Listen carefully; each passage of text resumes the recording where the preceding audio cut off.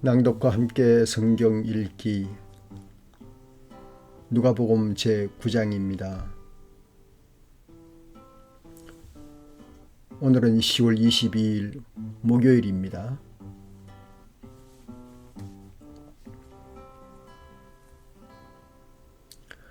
참으로 많은 사건의 연속입니다. 제자들에게 능력과 동시에 어떤 개인의 사적 물건도 재산도 없이 사역지에서 일하고 먹고 지내고 떠나라고 하시고 예수를 따라오려는 사람이 가져야 할 모든 것을 가르쳐 주십니다.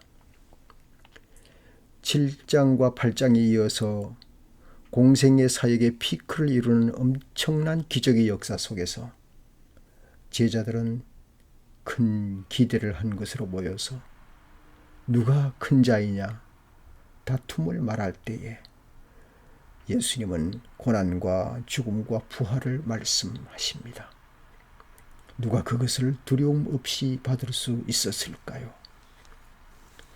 마태와 마가 사건들을 누가도 그대로 적고 있고 유난히 사역 전후에 예수님이 곳곳에서 기도하심도 잘 나타나고 있었습니다. 네, 이제 1절로 들어갑니다. 제9장 예수께서 그 12를 한자리에 불러놓으시고 모든 귀신을 제어하는 병을 고치는 능력과 권능을 주시고 하나님 나라를 선포하며 병든 사람을 고쳐주게 하시려고 그들을 내보내시며 그들에게 말씀하셨다. 길을 떠나는 데는 아무것도 가지고 가지 말아라. 지팡이도 자루도 빵도 은화도 가지고 가지 말고 속옷도 2벌씩은 가지고 가지 말아라. 어느 집에 들어가든지 거기에 머물다가 거기에서 떠나거라. 어디에 쓰든지 사람들이 너희를 영접하지 않거든 그 고을을 떠날 때에 너희 발에 묻은 먼지를 떨어버렸어. 그들을 거스르는 증거물로 삼아라. 제자들은 나가서 여러 마을을 두루 다니면서 곳곳에서 복음을 전파하며 병을 고쳤다. 분봉왕 헤롯은 이 모든 일을 듣고서 당황하였다. 왜냐하면 어떤 사람들은 요한이 죽은 사람들 가운데서 살아났다고도 하고 또 어떤 사람들은 엘리야가 나타났다고도 하고 또 어떤 사람들은 예언자 가운데 한 사람이 살아났다고 말하기 때문이었다. 그러나 헤롯은 이렇게 말하였다. 요한은 내가 목을 베어 죽였는데 내게 이런 소문이 따라다니니 이런 소문이 파다하게 들리는 사람은 누구인가? 그는 예수를 만나고 싶어 하였다. 사도들이 돌아와서 자기들이 한 모든 일을 예수께 이야기하였다. 예수께서는 그들을 데리고 따로 베세다라고 하는 고을로 물러가셨다. 그러나 무리가 그것을 알고서 그를 따라갔다. 예수께서는 그들을 맞이하셔서 하나님 나라를 말씀해 주시고 또 병고침을 받아야 할 사람들을 고쳐주셨다. 그런데 날이 저물기 시작하니 12 제자가 다가와서 예수께 말씀드렸다. 무리를 헤쳐보내어 주위의 마을과 농가로 찾아가서 잠자리도 구하고 먹을 것도 구하게 하십시오. 우리가 있는 여기는 빈 들입니다. 그러나 예수께서는 그들에게 말씀하셨다. 너희가 그들에게 먹을 것을 주어라. 그들이 말하였다. 우리에게는 빵 5개와 물고기 2마리밖에 없습니다. 우리가 나가서 이 모든 사람이 다 먹을 수 있을 만큼 먹을 것을 사지 않으면 안 되겠습니다. 거기에는 남자만도 약 5,000명이 있었다. 예수께서 제자들에게 말씀하셨다. 사람들을 한 50명씩 떼를 지어서 앉게 하여라. 제자들이 그대로 하여 모두 다 앉게 하였다. 예수께서 빵 5개와 물고기 2마리를 손에 들고 하늘을 우러러 쳐다보시고 그것들을 축복하신 다음에 떼어서 제자들에게 주시고 무리 앞에 놓게 하였다. 그들은 모두 배불리 먹었다. 그리고 남은 부스러기를 주워 모으니 12광줄이나 되었다. 예수께서 혼자 기도하고 계실 때에 제자들이 그와 함께 있었다. 예수께서 제자들에게 물으셨다. 사람들이 나를 누구라고 하느냐? 그들이 대답하였다. 세례자 요한이라고 합니다.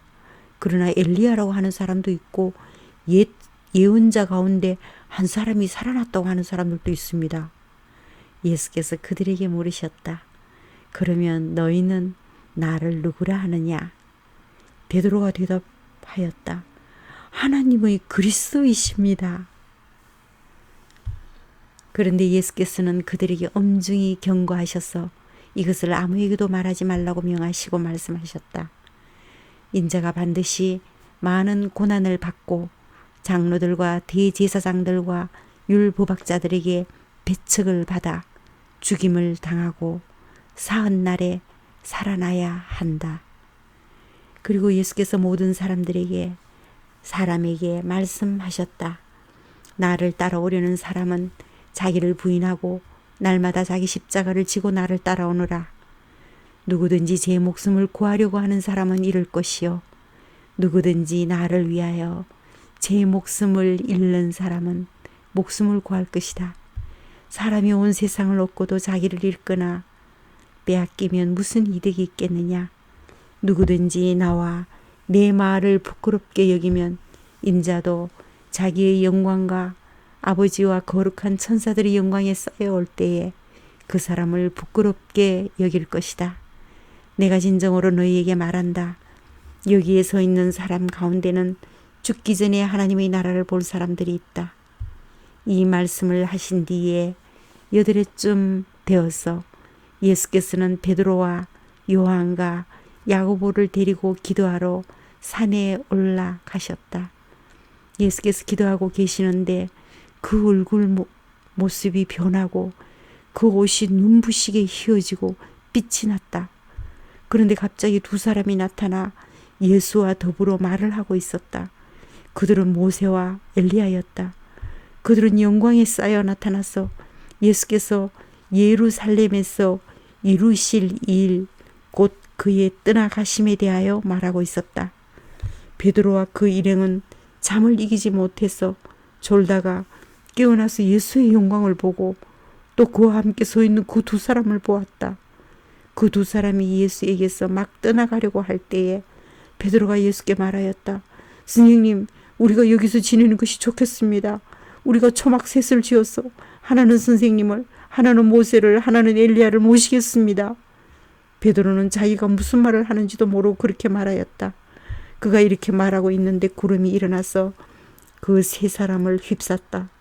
그들이 구름 속으로 들어가니 제자들은 두려움에 사로잡혔다. 그리고 구름 속에서 소리가 났다. 이는 내 아들이요 내가 택한 자다. 너희는 그의 말을 들으라. 그 소리가 끝났을 때에 예수만이 거기에 계셨다.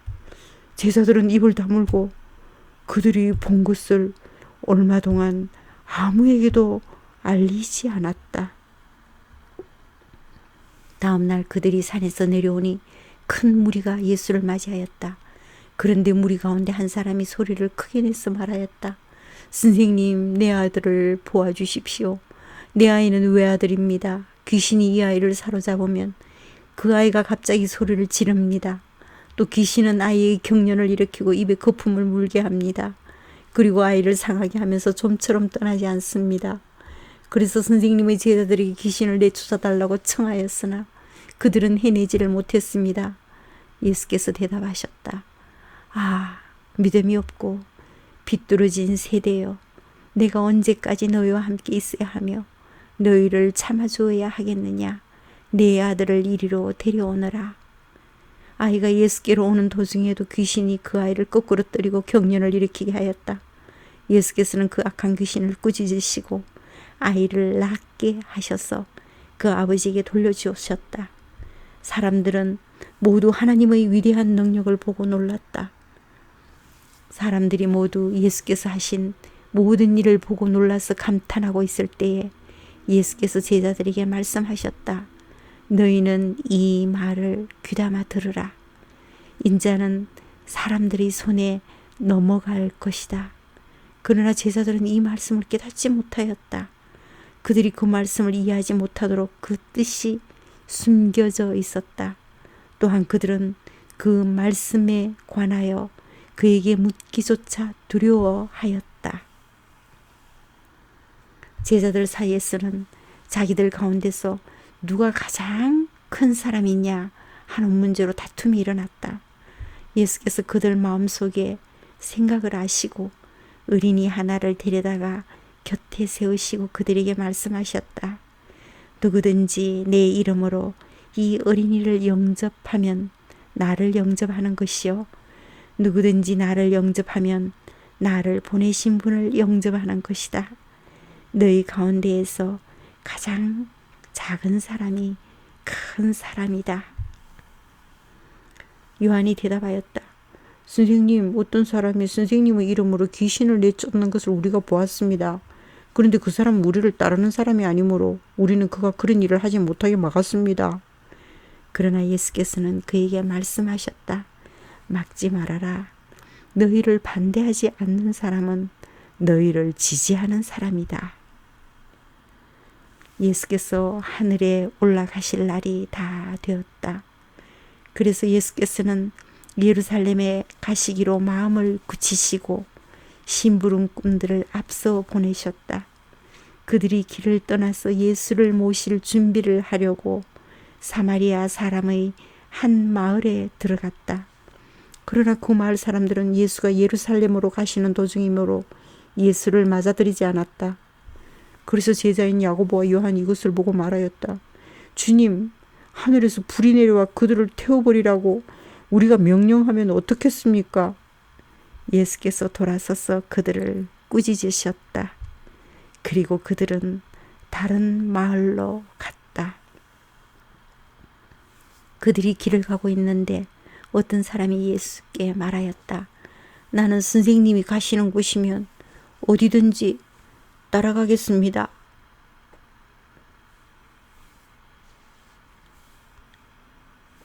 예수께서 그에게 말씀하셨다.